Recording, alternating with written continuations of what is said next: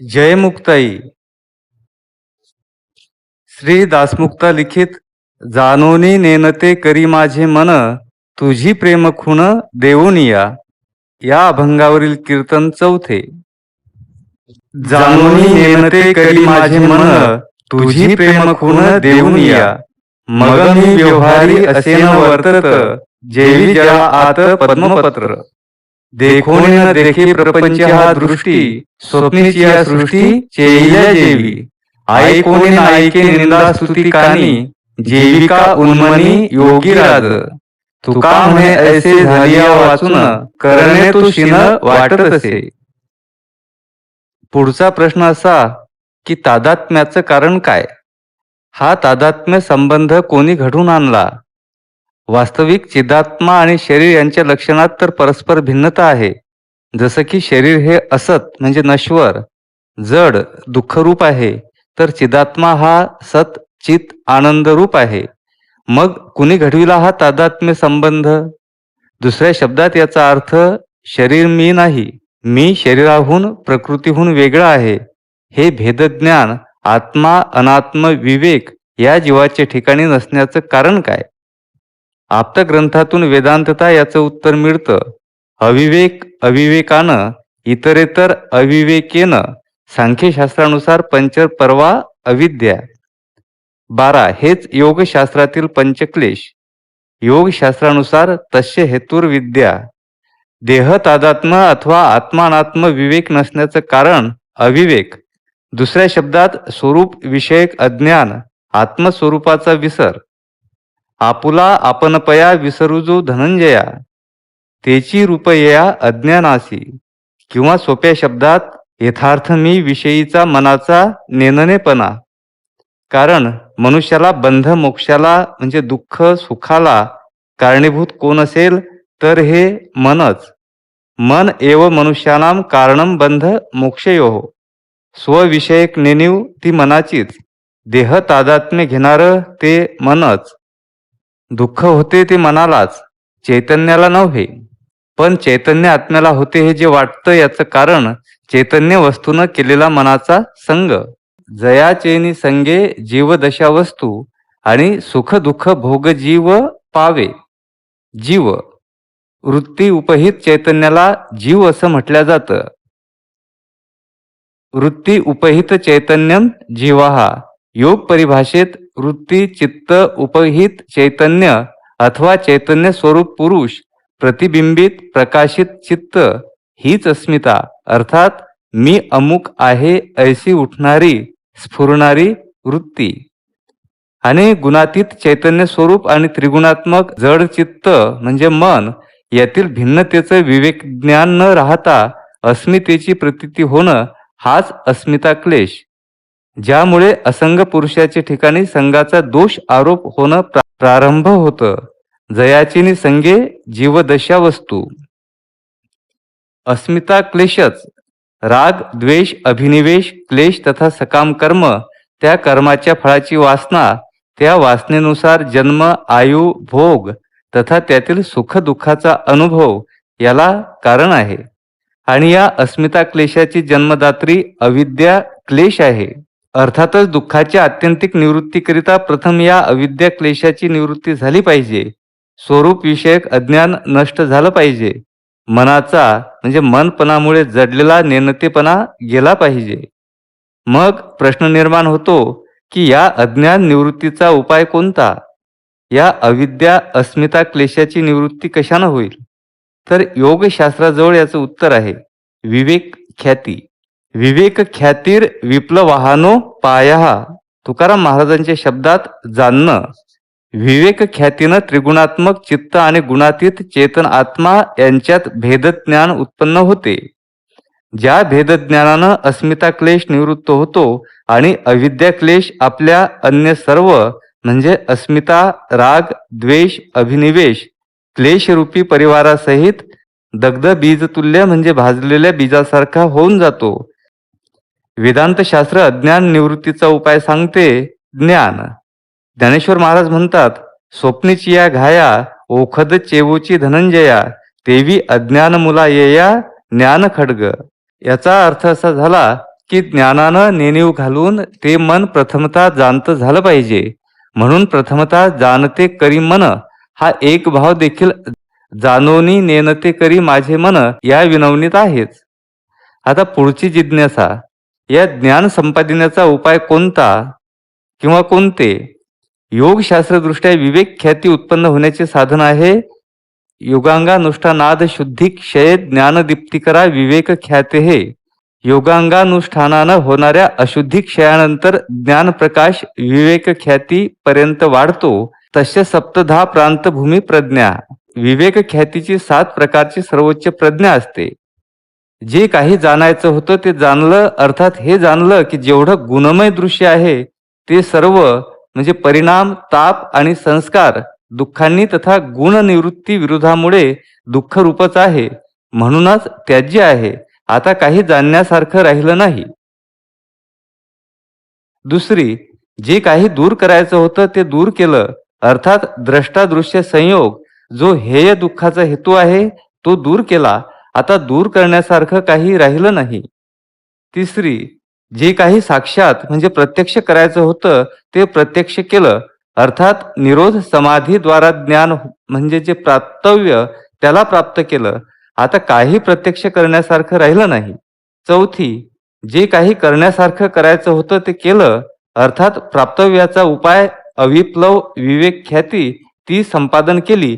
आता काही करण्यासारखं राहिलं नाही. पाचवी, चित्तानं आपला भोग अपवर्ग देण्याचा अधिकार पुरा केला. आता कोणता अधिकार, अर्थात चित्तानं काही करायचं शिल्लक राहिलं नाही. सहावी, चित्ताचे गुण आपले भोग अपवर्ग प्रयोजन सिद्ध करून आपल्या कारणात लीन होऊन राहिले आहेत. सातवी, गुणातीत होऊन शुद्ध परमात्म स्वरूपात अवस्थिती होऊन राहिली पाहिजे. वेदांत शास्त्रदृष्ट्या ज्ञान संपादनाचा उपाय असा की सत्शास्त्रादिकांच्या श्रवणानं ज्यावेळी जीवाला स्वतःच्या अधपतनाची जाणीव होते आणि प्राप्तव्याची उत्कट इच्छा निर्माण होते, त्यावेळी तो श्रोत्रिय ब्रह्मनिष्ठ अशा श्रीगुरूला शरण जातो. श्रीगुरु हे ज्या तादात्म्यामुळे तो दुःख भोगीत असतो ते तादात्म्य व्यक्तिरेक मुखानं उपदेश करून घालवितात. आचार्य त्याला उपदेश करतात. न त्वं देहो नेंद्रियाणी न प्राणो न मनो न धीही विकारित्वात विनाशित्वात दृश्यत्वाच्च घटो यथा. अर्थात तू देह नाहीस, इंद्रिय नाहीस, प्राण नाहीस, मन नाहीस, बुद्धी देखील नाहीस. हे सर्व मृतिका भांड्याप्रमाणे विकारी आहेत, विनाशी आहेत. तू तर या देहेंद्रियादी मन बुद्ध्यादिकांचा साक्षी असा सच्चिदानंद रूप आत्मा आहेस. तत् त्वम आशी अयम आत्मा ब्रह्म.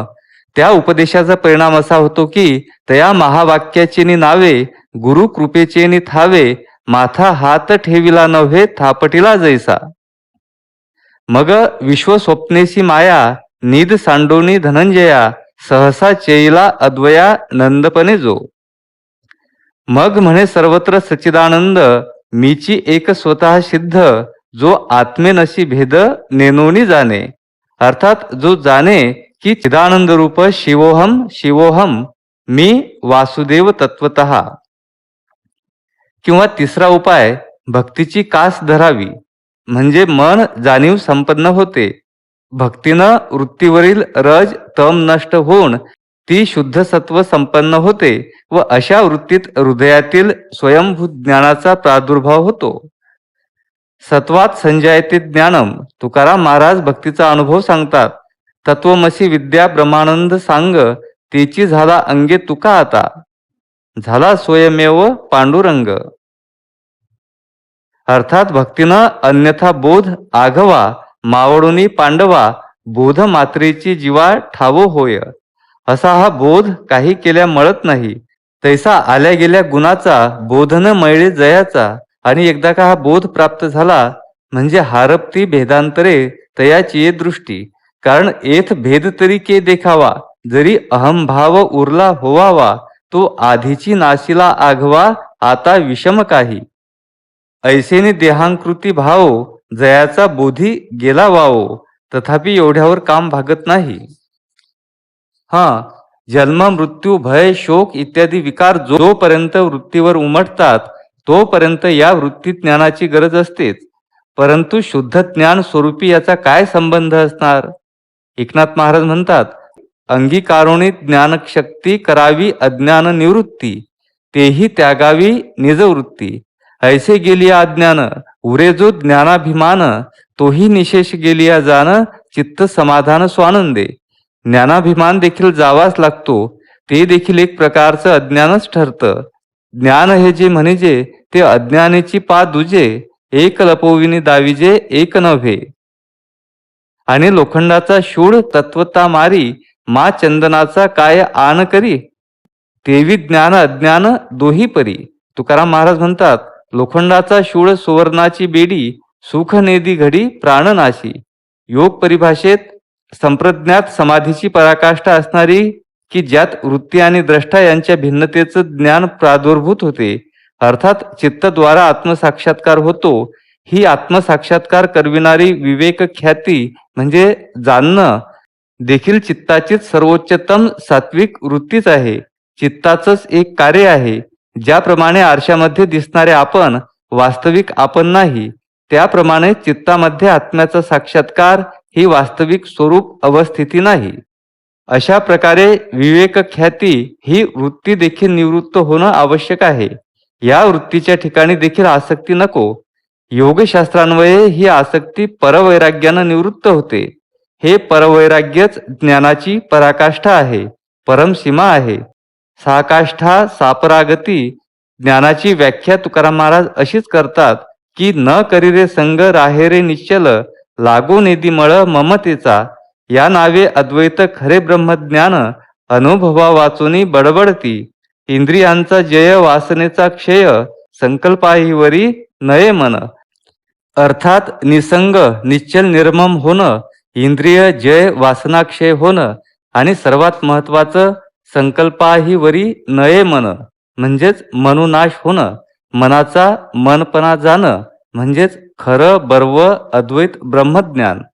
या परवैराग्याच्या निरंतर अभ्यासानं कैवल्य प्राप्त होते.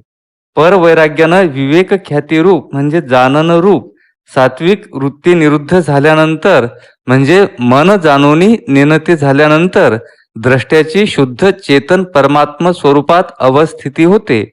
हीच असंप्रज्ञात अथवा निर्बीज समाधी म्हटली जाते. एकंदरीत संप्रज्ञात समाधीची सर्वोच्च अवस्था विवेक ख्याती म्हणजे प्रसंग ख्यान. विवेक ख्यातीचं स्थायी अवस्थेचं नाव धर्ममेध समाधी. प्रसंख्यानेप्य कुशिदस्य सर्वथा विवेक ख्यातेर धर्ममेध समाधी. धर्ममेध समाधीच्या पराकाष्ठेचं नाव ज्ञानप्रसाद नामक परवैराग्य. तत्परम पुरुष ख्यातीर गुण वैतृष्ण्यम. ज्या परवैराग्याचं फळ असंप्रज्ञात समाधी आणि असंप्रज्ञात समाधीची अंतिम सीमा कैवल्य. जय मुक्ताई, जय दासमुक्ता.